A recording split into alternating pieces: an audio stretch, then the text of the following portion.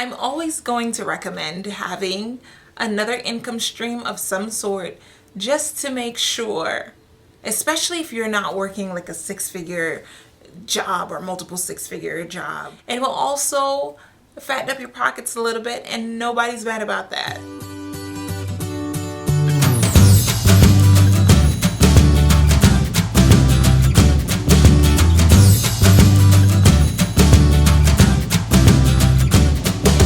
Watching this installment of Wealth, Wellness, and Wholeness, all the tools you'll need to create a life you love so that you can be a part of this inspired living space on the internet.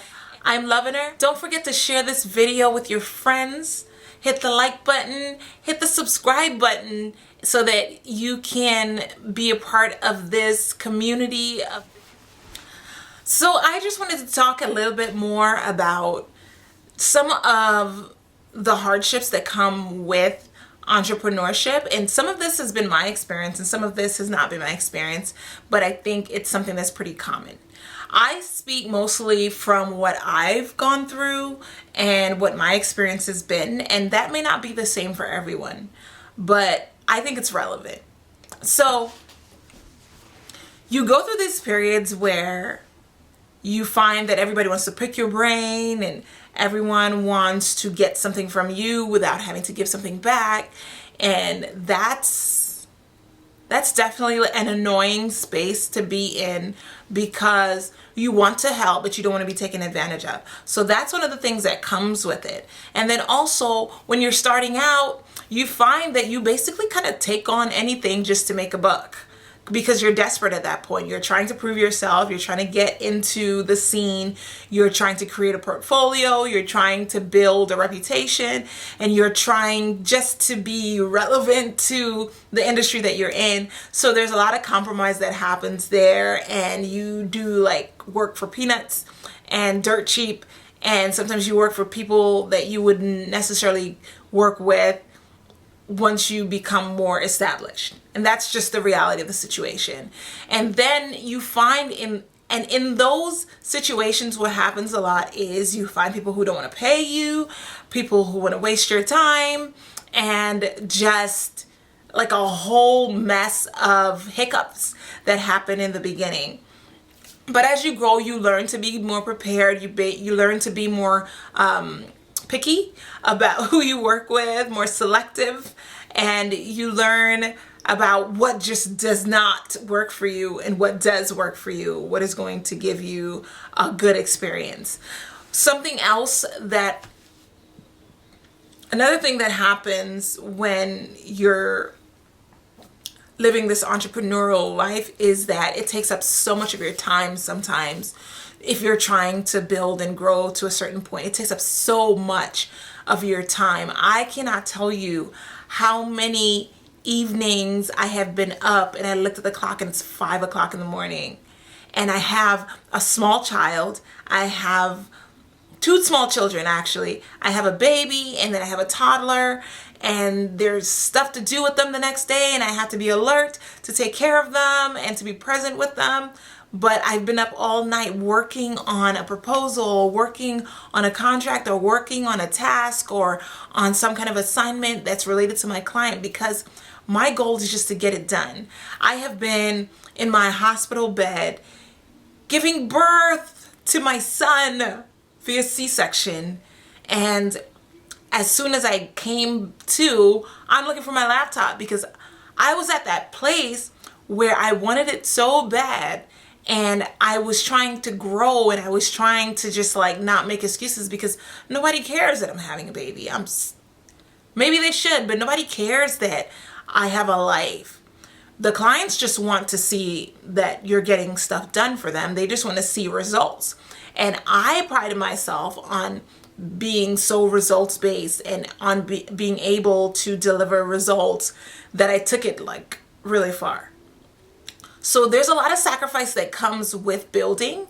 There's a lot of sacrifice that comes with just being new at something and just trying to establish yourself. And I think that's important to know, because if you want to get to a certain level, there are just certain things that you have to go through. And maybe you'll be able to handle it differently. Maybe you'll be able to create your boundaries sooner. But I think that there's something to be said for being really hungry and really wanting to make a difference in your own life and in the life of others, and really wanting to be of service and to get it done, really. So there's definitely something to be said for that. One other harsh reality of entrepreneurship is that it can be quite isolating, because there is a disconnect that happens with you and everyone else that is not also in this space. Yes, you'll have people who support you and people who love you, and their love won't fade, it won't wane, it won't bend, it won't break at all.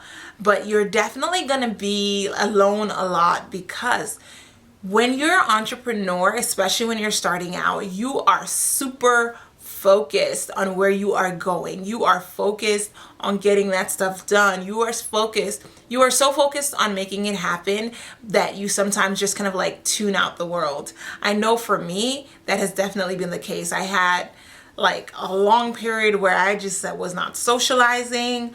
I was not having any other interactions with that were social at all, beyond just like my husband and my kids, and maybe like a friend or two here or there when we have like a potluck lunch or something. But beyond that, all my time and all my energy is wrapped up in establishing my business and making sure that I'm, checking off my to-do list and getting stuff done, because that's just where I was at the time. And when I talk to other entrepreneurs, I get the same response where they're just like, yeah, it's been a couple days and I've been in this office for a while doing my thing. And that's just really a result of trying to build. It's not a matter of like people just being shady or being funny or being anything like that. It's like, we are just over here trying to build. And especially when you have other responsibilities. I'm a mom. I have a home. At one point I was in school while I was doing this full time, and I have other things to do that take away from my time in my business. So if I'm trying to do all those things at the same time, especially in the beginning when I couldn't afford to hire a nanny or I couldn't afford to get any help and neither of my kids were in school, I was doing the absolute most. And I think at some point I was kind of like just running on adrenaline, because I didn't even realize that I was doing things like taking up so much time to get stuff done, or just so eagle-eyed focused in on what it is that I was trying to do. My husband would definitely check me like, we're gonna need you to spend some time with us. We're going out and we'd like for you to come. Mom, wife, hi. It happens. But I'm happy to say all of that hard work definitely pays off. And that's one thing that's true in any area of your life. Hard work does pay off. Maybe the people that are on the outside, or the people who don't value you quite the way that you value yourself, may not see it. But that's one of the reasons why I am a big proponent of creating your own lane and carving your own niche. Because I believe that when you have put in all of this work, when you have put in all of this energy, there should be a reward at the end. And nobody's going to value you like you are going to value yourself. So that's my little plug, but I'm just saying. And if you are in a 9-to-5 and that's your preference, that's not an issue at all.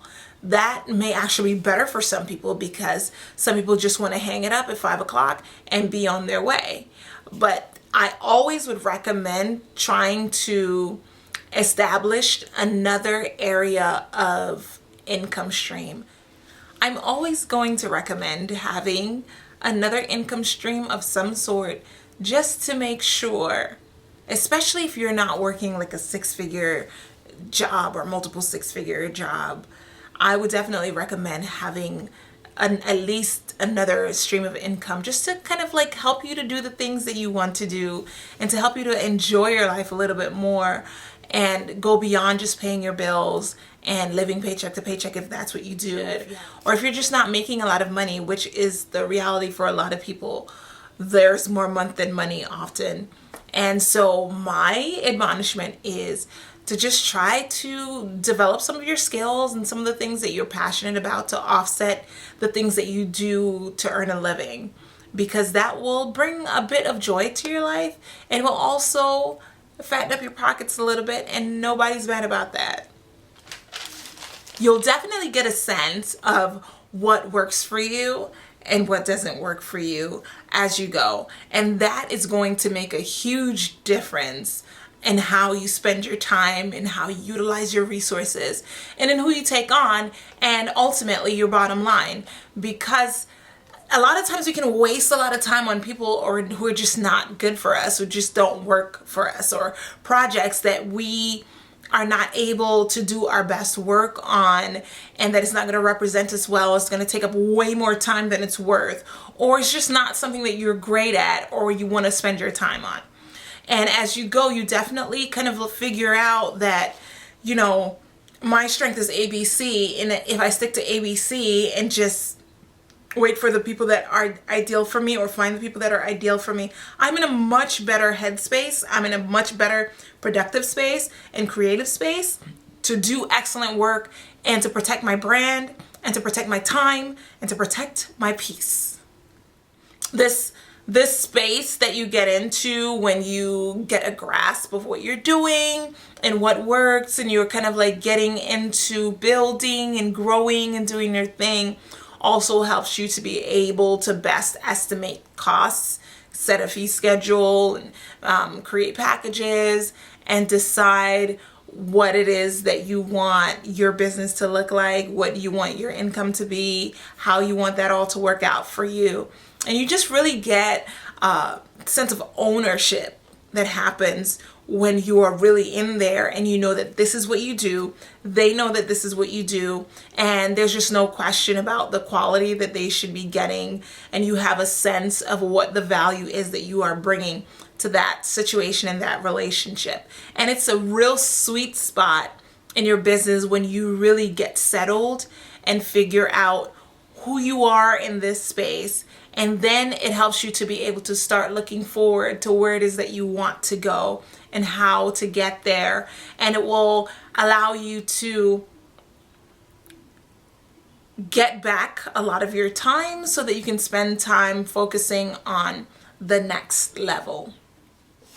So the third thing that happens is that you get to the growing and scaling portion, which is exciting and scary and overwhelming at times and just bananas. Who doesn't want to get to a point in their business where they are making well more than they thought they would, and in a space where they're getting more work than they can handle and need to get a team together? That's a great place to be if that's what you want. That's a great place to be, because now you have to learn how to delegate. And the dreaded D word for a lot of entrepreneurs who have control issues. Don't worry, guys. I definitely have struggled with this, because I really feel like as a business owner or entrepreneur, there is this fear that the other people don't care quite as much as you do, and they don't really understand the material in the same way that you do. And that may be true, but you will find that there are people who are committed to learning your systems and your processes and doing an excellent job. And it's really just about finding those people that are going to make your business better. Try to get the best people to do the work that represents you well. This space in your business is the growth and the scaling portion. And scaling can look like adding services and products. It can look like building out a team. It can look like getting into different areas of your business, speaking more, doing more presentations or things that are kind of separate from your business but lead back to it, there's so many things that you can do at that point. And I think a lot of people are looking forward to getting to that point where they're just like expanding their reach and serving the more people, working smarter and not working harder, doing more with less time. And this is the space where you're also able to raise your rates a little bit if the demand is there. And this is what I wish for anyone that is trying to do this, that you get to the point where you are able to scale your business, to develop the freedom that you desire. Because after all these years and all these hours and long nights and early mornings and just like days that seem like they just melt into each other, you get to a point where you are able to step away and you are able to get your life back and your freedom back.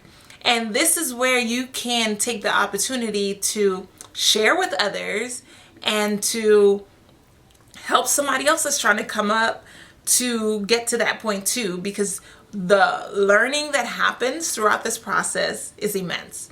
And you'll realize that you never stop learning. You never stop learning. And the more you achieve, the more you want to challenge yourself, because you're like, man, if I could hit 6 figures, can I double that? And if I could double and triple and quadruple and all of that, can I make $1 million? Can I do this? And who you become in the process is going to challenge you, not just about hitting those numbers, but about how much value you can add to the marketplace and how many lives you can impact. And impacting lives in growing a business is not just about how much money you're making, but it's also about providing jobs for people, providing opportunities for people. It's about making an impact on the world. And that is the gift in pursuing your passions and in doing the things that you love and the things that you're good at. It allows you to be positioned in a place where you're able to now make an impact on the world. And that is amazing. So that's my little tidbit on just some of the hardships and the steps in entrepreneurship. And I just wanted to open up that conversation, and I hope that we can continue it another time, because I know that I've left a lot of things out, and maybe a lot of you have some stuff to share about your own journey or what you're experiencing now as you're trying to start out and do your own thing, whether it be a side hustle, whether it be another stream of income, or whether it be going on to part-time or full-time entrepreneurship. We're all going to have a story. We're all going to have some struggles. We're all going to be trying to learn and needing to learn as we go. And I'm here to support you on that journey. And I'm here to encourage you to be all the things that you can be. And I hope that this was helpful. I definitely enjoyed sharing. And I would also encourage you to hit that notification button so that you can get a notification whenever I post another video. And I look forward to chatting with you next time. Thank you for watching this installment of Wealth, Wellness, and Wholeness, all the tools you'll need to create a life you love. I'm Loving Her, and I'll see you next time.